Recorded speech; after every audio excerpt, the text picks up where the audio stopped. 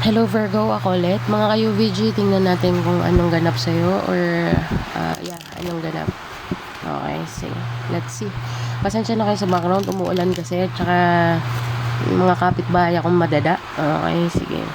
Tingnan natin, pasensya na. Okay. Tingnan natin Virgo kung ano ang ganap. Okay, let's see. What do we have for my Virgo? Please, Sun, Moon, Rising, and Venus sign. Sana po ay naririnig nyo ako. Okay. Strength card, Virgo. Temperance card, Virgo. Wow.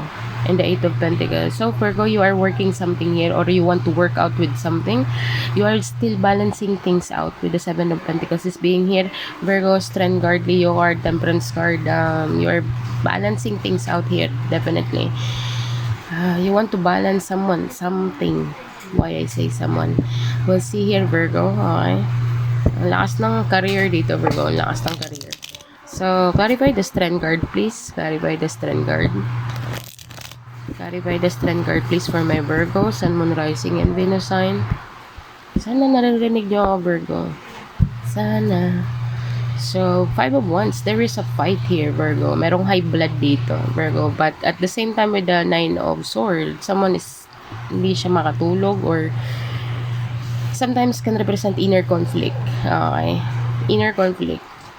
Kasi meron siyang 9 of Swords. So, it's a very strong indication that this person is having a conflict inside of them. Or maybe this is you, Virgo, having a sleepless night with the Queen of Wands and the 5 of Swords. Someone here needs to talk or confrontation or something. Okay. With the Queen of Wands is being here, this person is really hot, fiery, high blood. Like, you know what I mean? Mataas ang temper. Okay, so you know what I mean. But the Queen of Wands is also a card of wanting things done or fiery energy, Virgo. Very conflicted. Very conflicted, wanting to talk. Like, clarify more. The Queen of Wands, 10 of Swords. Okay.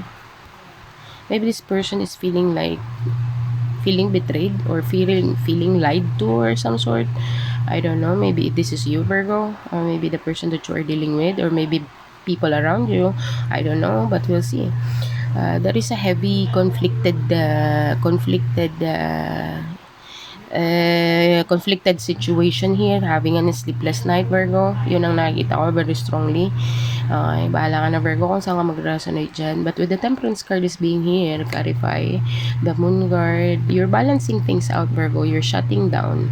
Okay, with the 10 of Wands, multitasking with the 8 of Pentacles again. You are working something here behind the scene, Virgo. Yun ang nakikita ko. Together with the 2 of Pentacles, you are just balancing things out. You are with the 10 of Swords, with the 10 of Swords to the 10 of Wands, this is like hit rock bottom. You are like sagad ka na, Virgo. You are sagad here. Okay, but you're not saying anything. Okay, with the Moon card is being here, you're working behind the scene. There is a good news, Virgo, with the Page of Wands. Okay, you are having a lot of responsibilities here, Virgo, on your shoulder with the 10 of Wands. But sometimes it can represent multitasking hidden. Okay, I mean you are hiding something in plain sight. Okay, yun ang nakikita ko dito, Virgo. You are multitasking behind the scene. Okay, nobody knows it or maybe no one can see it. Okay, or that's what I see here, Virgo. But there is a good news. Okay, Virgo, there is a message right here. There's a positive outcome. Kung ano man ang ginagawa mo behind the scene, there is a positive outcome, I think. With the Page of Swords, you are on the internet. This message is through internet, maybe email or something. This is a positive kind of because the Page of Wands is a positive. It's a good news. Okay, Virgo, through internet. Okay, so maybe you are thinking about, you are juggling something here, Virgo. You are multitasking, absolutely multitasking here. Maybe your time, your effort, or some sort. Okay, timing, something like that. Okay, that's what I see here in the Temperance card. You're balancing things out here, Virgo, in plain sight. You are hiding something here. Okay, you are working behind the scene. That's what I'm seeing here, Virgo. Clarify the 8 of Pentacles, 5 of Pentacles, 4 of Cups, 7 of Cups, and the Lover's card. Virgo, you need to make a decision here, or someone needs to make a decision. Okay. For some of you, Virgo, there is a job here that draining you, or maybe you left something behind and this person is focusing more on work, indulging themselves more on work, and maybe this person is thinking about you are exploring new things, or you are exploring some things here, Virgo. And I don't know, that's what I'm seeing here, but someone here is really feeling left out in the cold and focusing themselves on work. Nagpo-focus na lang siya sa trabaho, Virgo. Di ko alam kung sinong nileft behind mo dito, or maybe someone is like kung sabihin natin career to, Virgo, you are lacking, or maybe someone is lacking finances here, and someone is like thinking about missing opportunity here about the job. Okay, so Virgo, yun ang nakikita ko. Okay, maybe merong in-applyan tapos it didn't work out, or money is not enough, or someone is lacking here. I don't know if this is you or the person that you are dealing with. Okay, having trouble financially. Okay, Virgo. And someone here is exploring some options. Okay, when it regards to relationship with the Lovers card. Okay, Virgo. Clarify more. King of Pentacles. Okay. So this person, tell me more. Three of Cups. Wow, this person or whomever this person is like enjoying something here, but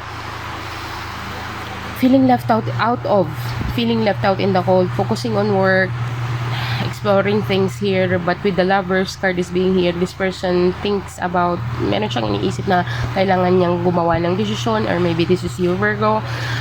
Pinipilit mo yung sarili mong mag-enjoy, or maybe this another person, pinipilit niyang mag-enjoy out of sadness, or out of feeling left out in the cold. Okay, feeling abandoned.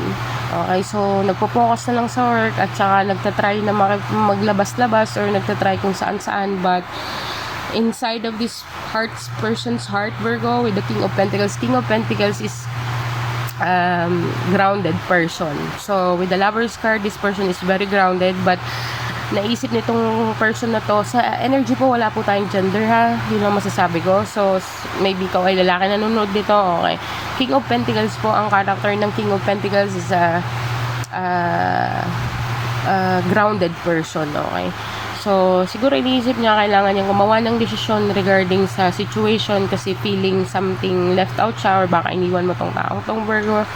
So, pinipilit niyang mag-explore ng option dito, Virgo, with the Seven of Cups. Okay, but the King of Cups here is King of Pentacles is a grounded person. Kahit lumutin na lang siya. Okay, sabihin natin hindi man physically, but inside the heart.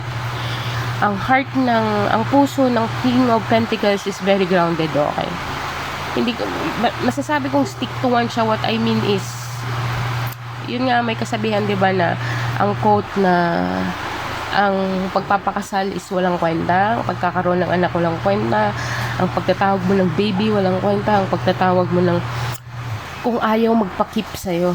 Sana naman ay nagigets nyo ako, Virgo. Yun ang nakikita ko dito, yung quote na yun. Okay, pero wala, ang tawag niyan, magpapakip lang ang isang tao kung gusto niyang magpakip, 'di ba? Kung anong pilit mong ikip siya pero ayaw niyang magpakip, that's the big factor. That's the big thing. Pero kung ang person is gusto magpakip sa'yo, so you don't need to worry about anything. Yun ang nakikita ko dito, Virgo. But this person, nag-ooperate siya or lumalabas siya out of sadness here. Feeling left out in the cold. Focus siya sa work, or maybe this is you, Virgo. Focus siya sa work, tapos pinipilit niyang lumabas. Okay, pinipilit niyang, kasi nasa decision making siya dito if your relationship is still gonna work out or something. I will call it relationship with the Lovers card. Okay, tell me more. The Justice card, may karma dito, Virgo. Hindi ko alam kung sino makaka-receive ng karma. Siguro baka naiisip nitong taong to, or nare-realize niya na yung mga ginawa niya sa'yo before, tinik for granted ka niya, and then now nagsisearch siya kung saan. Virgo, pasensya ka na, medyo malakas ang ulan, pero sana naririnig mo ko. Yun ang nakikita ko dito, Virgo. Definitely there is a karma here. Itong person na to is kinakarma na siya sa mga ginawa niya sa'yo before. Okay, so naghahanap siya sa kahit sa kung sino-sino. Hinahanap ka niya pero hindi ka niya mahanap, Virgo. Cannot find. Okay, so yun ang nakikita ko dito, Virgo. Tingnan natin, Seven of Pentacles, there is a waiting something here. Maybe this person is waiting for you still with the Full card, Virgo. Major Arcana, wanting to start a new beginning with you. Mag-i-start lang siya, okay? Yun ang nakikita ko dito. So, tingnan natin, Virgo, kung anong advice sa'yo. tingnan natin kung ano advice. So, meditate and contemplate, Virgo. Yun ang nakikita ko. The answer you need are coming, Virgo. And a fiery climax approaches. So, Virgo, bahala ka na kung saan ka makaka-resonate dyan, Virgo. Yun lang ang nakikita ko. Okay. Sa tatlong card na yan. Bibigyan kita ng 3 cards. 3 angel message number, Virgo. 3 angel message number. We'll see. Tingnan natin. Angel message number, Virgo. We'll see.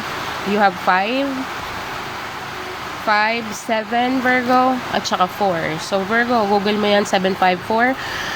So, bahala ka na, Virgo, kung saan ka makaka-resonate niyan.